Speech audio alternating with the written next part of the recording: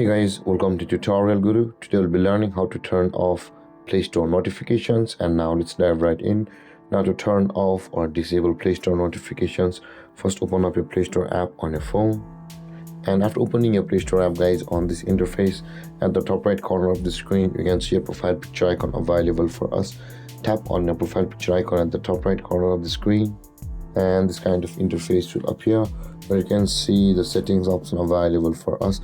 At the bottom of the list, tap on the settings option, and over here again tap on the general option at the top of the screen.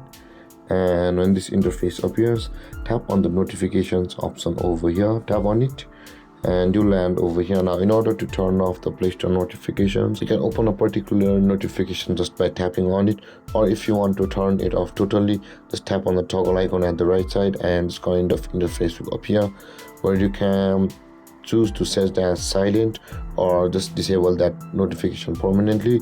You can do that for any notification over here, including the updates completed and updates available. If you want to turn it off, just tap on it and tap on the toggle icon where it says the allow notifications at the top right corner, and those notifications from the Google Play Store will be turned off.